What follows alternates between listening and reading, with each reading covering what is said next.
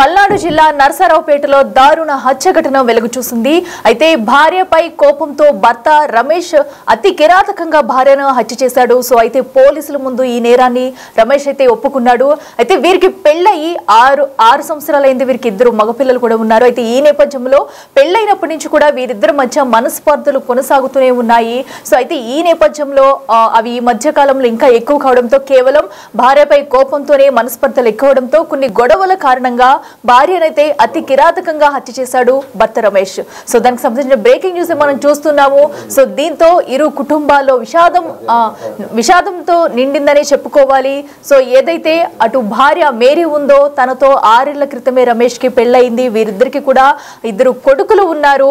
So పెళ్ళైన 5 నెలల నుంచి కూడా ఇద్దరి మధ్య కుటుంబ కలహాలతో గొడవ పడుతూ వస్తున్నారు. సో ఈ నేపథ్యంలో సో అయితే ఇంకా కక్ష పెంచుకున్న రమేష్ భార్యను పక్కా ప్లాన్ ప్రకారమే ఎవరూ లేని ప్రదేశంలోకి తీసుకెళ్లి ఒక రైల్వే ట్రాక్ దగ్గర అయితే హత్య చేసినట్టు తెలుస్తుంది. సో మనం చూడొచ్చు విజువల్స్ లో కూడా ఆ భార్యనైతే ముందు హత్య చేసి ముందైతే బైక్ పైన ఎక్కించుకుని తన భార్యని తీసుకెళ్తున్నాడు. సో తనకి ఏదో మాయమాటలు చెప్పి ఎక్కడికో వెళ్తున్నట్టు తననైతే బయటికి తీసుకెళ్లాడు భర్త రమేష్. సో అనంతరం కూడా హత్య చేసినట్టు తెలిసింది. సో అయితే తన కూతురు కనిపించకపోవడంతో ఎవరైతే మృతురాలి తల్లిదండ్రులు పోలీసుకు ఫిర్యాదు చేశారు. పోలీసులు కూడా విచారణలో తను చనిపోయినట్టుగా కూడా ఒక రైల్వే ట్రాక్ పై డెడ్ బాడీ దొరకడంతో విచారించి ఆ డెడ్ బాడీ మేరీదే అని కుటుంబ సభ్యులకు తెలియజేశారు పోలీసులు. దీంతో కుటుంబ సభ్యులంతా కూడా విషాద ఛాయలు అలుముకున్నాయనే చెప్పుకోవాలి. సో ఇప్పుడు ఆ పిల్లలు ఎవరూ లేని అనాథల్లా మిగిలిపోయారని చెప్పుకోవాలి. ఒక భర్త క్షణికావేశంలో చేసిన పనికి ఆ పిల్లలైతే అనాథల్లా మిగిలిపోయారు, తల్లి లేని పిల్లల్లాగా. సో ఇప్పుడైతే మృతురాలి మేరీ కుటుంబ సభ్యులు ఎవరైతే ఉన్నారో కన్నీరు మున్నీరుగా విలిపిస్తున్నారు. తమ కూతురికి అన్యాయం జరిగిందంటూ కూడా. సో వీరిద్దరూ అయితే పెళ్ళైన 5 నెలల నుంచి వీరిద్దరి మధ్య మనస్పర్ధలు వస్తూనే ఉన్నాయి. సో అప్పటి నుంచి చిన్న చిన్న గొడవలు జరుగుతూనే ఉంటున్నాయంటే ఇప్పటివరకు చెప్పుకొచ్చారు. అయితే ఇప్పుడు ఏకంగా తనైతే దాడి చేసి తన భార్యను చంపేసిన విషాద ఘటన చూస్తున్నాము. ఈ ఘటనకు సంబంధించి మరింత సమాచారం అందించేందుకు మా ప్రతినిధి సాయి శంకర్ ఫోన్ లో ఉన్నారు. సాయి శంకర్, చెప్పండి, కుటుంబ కలహాలతోనే రాజేష్ అయితే తన భార్యను చంపేసినట్టు తెలుస్తుంది. అసలు పోలీసులు ఏం చెప్తున్నారు ఘటనకు సంబంధించి డీటెయిల్స్ ఏంటి? కొత్తపేటలో అమానుష ఘటన అనే విధంగా చెప్పొచ్చు. అయితే మొదటగా భార్య మిస్ అయిందంటూ కూడా తోట మేరీ ఎవరైతే ఉందో ఆమె మిస్ అయిందనే విధంగా కూడా భర్త రమేష్ ఫిర్యాదు చేయడం జరిగింది. అయితే దానికి సంబంధించినటువంటి అంశాలపై కుటుంబ సభ్యులు కూడా ఆరా తీయగా వాళ్ళకి ఎలాంటి ఇన్ఫర్మేషన్ రాలేదు. అయితే పోలీసులు ఈ అంశానికి సంబంధించినటువంటి దాంట్లో సీసీటీవీ ఫుటేజ్ ఏవైతే వాటిని పరిశీలిస్తున్నటువంటి సమయంలో రమేష్ డైరెక్ట్ గా పోలీస్ స్టేషన్ కు వచ్చి కూడా లొంగిపోవడం జరిగింది. తన భార్యని తానే చంపానంటూ కూడా ఆయన డైరెక్ట్ గా వచ్చి లొంగిపోవడంతో ప్రస్తుతం అయితే అసలు వాళ్ళిద్దరి మధ్య అంత ఘర్షణ జరగడానికి గల కారణాలు ఏంటి, భర్త రమేష్ ఎందుకు చంపడం జరిగిందనే దానిపైన కూడా పోలీసులు అయితే ఆరా తీస్తున్నటువంటి పరిస్థితి. అయితే 5 నెలల క్రితం పెళ్ళైనటువంటి వీళ్ళిద్దరికి సంబంధించినటువంటి అంశాలకు సంబంధించిన దానిపై గత 5 నెలలుగా కూడా ఇద్దరి మధ్య తీవ్రమైనటువంటి గొడవలు జరుగుతున్నట్లు కూడా చెప్తున్నట్టు కూడా కుటుంబ సభ్యులు చెప్తున్నారు. ఇప్పటికే వీళ్ళిద్దరికి 2 కుమారులు ఉండటం జరిగింది. అయితే ఈ పిల్లల విషయంలో గొడవ లేకపోతే ఎలాంటి ఆర్థిక పరమైనటువంటి అంశాల మధ్య ఇద్దరి మధ్య కలహాలు వచ్చాయా అనే కోణంలో అయితే ప్రస్తుతం పోలీసులు దర్యాప్తు చెప్తున్నారు. అయితే ఇటు మేరీకి సంబంధించినటువంటి కుటుంబ సభ్యులు మాత్రం భర్త రమేష్ పైన తీవ్రమైనటువంటి ఆరోపణలు చేస్తున్నటువంటి అంశం కనిపిస్తుంది. కావాలని చెప్పి మా అమ్మాయిని వేధింపులకి గురి చేసేవాడు, ప్రతిసారి కూడా ఇబ్బంది పెట్టేవాడు, ఇప్పుడు పూర్తిగా తన కూతురే లేకుండా చేశారు అంటూ కూడా మేరీ తల్లి కూడా ఆవేదన వ్యక్తం చేస్తున్నటువంటి పరిస్థితుల్లోనే ప్రస్తుతం అయితే పోలీసులు రమేష్ ని అదుపులోకి తీసుకోవడం జరిగింది. దీనికి సంబంధించినటువంటి అంశం పైన కూడా కేసు కట్టడం జరిగింది. ఏదైనప్పటికీ కూడా చిన్న చిన్న కలహాల నేపథ్యంలోనే భర్తని భార్య చంపుకోవడం, భార్యను భర్త చంపుకోవడం జరుగుతున్నటువంటి పరిణామాలు అనేవి మాత్రం ప్రస్తుతం కలకలం రేపుతున్నాయనే విధంగా చెప్పచ్చు. సాయి శంకర్, ప్రస్తుతం అయితే నిందితుడు రాజేష్ పోలీసుల అదుపులో ఉన్నట్టు తెలుస్తుంది. అయితే ఏం చెప్పాడు పోలీసులు ఇప్పటి వరకు? రాజేష్ నుంచి ఎలాంటి సమాచారం రాబట్టారంటే ఆ ఘటన జరిగిన సమయంలో ఏమైనా ఇష్యూ జరిగిందా, లేదంటే ఇంకా ఏమైనా కారణాలు ఉన్నాయా, ఏమైనా అసలు విషయాలు వెల్లడించారా? ప్రధానంగా రమేష్ మాత్రం ఒక అంశం చెప్తున్నాడు. గత 5 నెలలుగా కూడా తీవ్రంగా ఇద్దరి మధ్య కూడా వాగ్వాదాలు జరుగుతున్నాయనే విధంగా చెప్తున్నాడు. ప్రతిరోజు కూడా తనని వేధింపులకి భార్య గురి చేస్తుంది అనే విధంగా కూడా రమేష్ తన వర్షం చెప్తున్నటువంటి పరిస్థితి ఉంది. ఆదివారం వీళ్ళిద్దరు కూడా బయటికి వెళ్ళడం జరిగింది. ఆ సమయంలో వాళ్ళిద్దరి మధ్య చోటు చేసుకున్నటువంటి వాగ్వాదం నేపథ్యంలోనే తాను భార్యని చంపడం జరిగింది అనే విధంగా కూడా ప్రస్తుతం అయితే రమేష్ స్టేట్మెంట్ ఇచ్చినట్టు తెలుస్తుంది. దాంతో పాటు పక్కా ప్రణాళికగానే చంపడానికి తీసుకువెళ్ళాడా, లేకపోతే అక్కడికి వెళ్ళిన తర్వాత గొడవ జరగడం నేపథ్యంలో దాడి చేశాడా అనే దానికి సంబంధించిన దానిపైన మాత్రం క్లారిటీ రావాల్సినటువంటి పరిస్థితులు అయితే కనిపిస్తున్నాయి. కానీ పోలీసులు మాత్రం పక్కా ప్రణాళికతోనే రమేష్ భార్యను చంపడానికే బయటకు తీసుకువెళ్ళాడనే విధంగా చెప్తున్నటువంటి పరిస్థితులు ప్రస్తుతం మాత్రం ఈ అంశం పైన పూర్తి స్థాయిలో ఇంకా వివరాలు రావాల్సినటువంటి అంశం కనిపిస్తుంది. రమేష్ ని అయితే రాత్రి నుంచి కూడా విచారిస్తున్నారు. అసలు గొడవకి కారణాలు ఏంటి, ఎందుకు భార్యను బయటికి తీసుకెళ్లడం జరిగింది, చంపడానికి ప్లాన్ చేయడం జరిగిందా, లేకపోతే ఎలాంటి సందర్భంలో చంపడం జరిగింది, ఇలాంటి వివరాలు రావాల్సినటువంటి అంశం కనిపిస్తుంది. దాంతో పాటు ప్రస్తుతం అయితే మాత్రం పిల్లలు ఇద్దరు చిన్న పిల్లలు అవడంతో వాళ్ళిద్దరు కూడా అన్యాయం అయ్యేటటువంటి పరిస్థితి ఉందనే విధంగా కూడా స్థానికులు అయితే మాత్రం ఆవేదన వ్యక్తం చేస్తున్న పరిస్థితులు కనిపిస్తున్నాయి.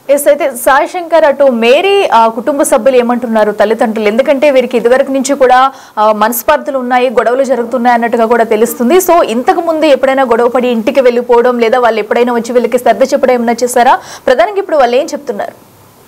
ప్రధానంగా కూడా ఈ అంశానికి సంబంధించి మేరీ కుటుంబ సభ్యులు మాత్రం తీవ్ర ఆవేదన వ్యక్తం చేస్తున్నారు. గతంలో కూడా ఇద్దరి మధ్య మనస్పర్ధలు వస్తే కుటుంబ సభ్యుల సమక్షంలో కూర్చోబెట్టి మాట్లాడటం జరిగింది. దానికి సంబంధించి పరిష్కారం కూడా చెప్పడం జరిగింది. కానీ ఆ తర్వాత కూడా గొడవలు జరుగుతూనే ఉన్నాయనే విధంగా మాత్రం వాళ్ళైతే చెప్తున్నారు. క్లియర్ గా రమేష్ పైన అయితే వాళ్ళైతే తీవ్రమైనటువంటి ఆరోపణలు చేస్తున్నటువంటి పరిస్థితి ఉంది. తన కూతుర్ని తీవ్రంగా ఇబ్బంది పెడుతున్నటువంటి పరిస్థితి ఉన్నప్పటికీ కూడా పెద్దలంతా కూడా మాట్లాడి సర్ది చెప్పడం జరిగింది.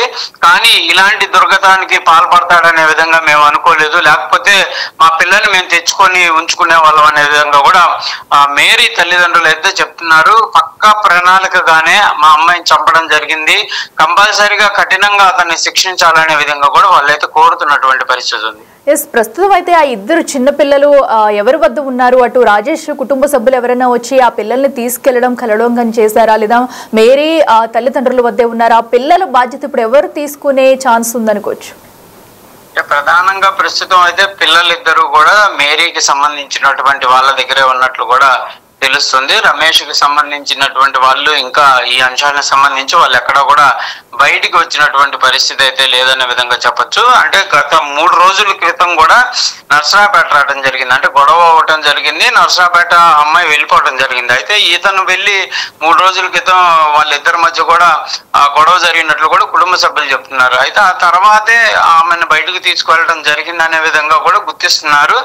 అంటే తనను ఇంటికి తీసుకువెళ్ళేటటువంటి ప్రయత్నంలో భాగంగా జరిగిందా, లేకపోతే వీళ్ళిద్దరు ఎక్కడికి వెళ్ళారు అనేది కూడా ముందు ఆరా తీయాల్సినటువంటి పరిస్థితి ఉంది. ఎందుకంటే 3 రోజుల క్రితం కూడా తీవ్రమైనటువంటి గొడవ మేరీ వాళ్ళ ఇంటి దగ్గర జరగడం జరిగింది. మరి ఆ తర్వాత మరి మేరీ ఎలా వెళ్ళింది ఏంటి అనేది తెలియాల్సిన అంశం ఉంది. ప్రస్తుతానికైతే ఆ చిన్నారులిద్దరు కూడా మేరీకి సంబంధించినటువంటి కుటుంబ సభ్యుల దగ్గరే ఉన్నట్లు మాత్రం తెలుస్తుంది. సాశంకర్, అయితే అటు మేరీ మృతదేహాన్ని రైల్వే ట్రాక్ పై అయితే పోలీసులు గుర్తించారు. సో అయితే ఎక్కడైనా హత్య చేసి రైల్వే ట్రాక్ పై తీసుకొచ్చి పడేశాడా రాజేష్, లేదంటే రైల్వే ట్రాక్ పైనే హత్య చేశాడా? అసలు ఘటనా స్థలంలో ఏం జరిగింది? అంటే ప్రధానంగా కూడా అడవి ప్రాంతంలోకి తీసుకెళ్ళినట్లు తెలుస్తుంది. ఆమె తలపైన గట్టి బండరాయితో కూడా కొట్టడం జరిగిందనే విధంగా కూడా పోలీసులు గుర్తిస్తున్నారు. దానికి ముందే ఆమెను గొంతు నులిమి చంపేయడంతో పాటు బండరాయితో తలపైన కొట్టడం జరిగిందనే విధంగా కూడా ప్రాథమిక దర్యాప్తులో చేరడం జరిగింది. ఆ తర్వాతే తీసుకొని వచ్చి రైల్వే ట్రాక్ పైన పడేసి దానిని ఓ రకంగా యాక్సిడెంట్ గా చిత్రీకరించేటటువంటి ప్రయత్నం జరిగినట్లు కూడా గుర్తిస్తున్నారు. కానీ తనకు ఏదైతే మళ్ళీ ఎక్కడ ఇబ్బంది అవుతుందో అనే విధంగా కూడా ఊహించినటువంటి రమేష్ వెంటనే పోలీస్ స్టేషన్ కి రావడం జరిగింది అనే విధంగా చెప్తున్నారు. అయితే రమేష్ కి పూర్తి స్థాయిలో కూడా వ్యసనాలకు అలవాటు పడటం, కుటుంబ పోషణను పట్టించుకోకపోవటం వల్లే ఇదంతా కూడా జరిగినట్లయితే చెప్తున్నారు. ఏదైనప్పటికీ కూడా ఇద్దరి మధ్య అసలు 3 రోజుల క్రితం జరిగిన గొడవ తర్వాత మేరీ ఏ విధంగా వెళ్ళింది అనే దానికి సంబంధించి కూడా తెలియాల్సినటువంటి పరిస్థితి. ఏదైనప్పటికీ కూడా జరిగిన సంఘటన అంతా కూడా పక్కా ప్రణాళికతోనే జరిగిందనే విధంగా మాత్రం కుటుంబ సభ్యులు చెప్తున్నారు. గొంతు నూలు మీద చంపేయడం, తర్వాత బండరాయితో కొట్టడం, తీసుకువెళ్లి ట్రాక్ మీద పడేయటం, ఇదంతా ప్రణాళికబద్ధంగా చేయడం. తర్వాత తాను ఎక్కడ పోలీసులకు కానీ వాళ్ళకి దొరికిపోతే మళ్ళీ ఇబ్బంది అవుతుంది కాబట్టి ఇంక డైరెక్ట్ గా స్టేషన్ కి వచ్చి లొంగిపోయినటువంటి పరిస్థితి ఉందనే విధంగా అయితే దర్యాప్తు చేస్తున్నారు. ప్రస్తుతం కేసు అయితే నమోదు చేయడం జరిగింది. మరి ఎలాంటి సెక్షన్లు పెడతారు ఏంటి అనేది కూడా చూడాల్సినటువంటి అంశంగా కనిపిస్తుంది. Right Shashankar, thank you. So ఏదైతే అటు మేరీ హత్య ఉందో తన భర్త రాజేష్ అయితే తన తలపై బండరాయితో అటు ఎక్కువగా కొట్టి చంపి అక్కడ రైల్వే ట్రాక్ పై పడేసినట్టుగా పోలీసుల విచారణలో అయితే ఇప్పటి వరకు చెప్తున్నారు. అయితే ప్రస్తుతానికైతే రాజేష్ ని అదుపులోకి తీసుకున్న పోలీసులు అయితే విచారిస్తున్నారు. మరో పక్కన మేరీ కుటుంబ సభ్యులైతే తమ కూతుర్ని తమ అల్లుడై చంపేసినట్టు, వీరిద్దరి మనస్పర్ధల కారణంగానే ఈ హత్య జరిగినట్టుగా కూడా కుటుంబ సభ్యులైతే కన్నీరు మిన్నీరుగా వెలిపిస్తున్నారు. ప్రస్తుతం అయితే ఆ ఇద్దరు చిన్నపిల్లలు అటు మేరీకి సంబంధించిన వారి దగ్గరే ఉన్నట్టుగా కూడా పోలీసులు అయితే చెప్తున్నారు. అయితే ఈ ఘటనకు సంబంధించి ఇంకా ఎలాంటి విషయాలు బయటకు వస్తాయి, వీరి మధ్య ఇంకేమైనా విభేదాలు ఉన్నాయా, అసలు రాజేష్ ఏం చెప్పబోతున్నాడు అనేది కూడా వేచి చూడాలి.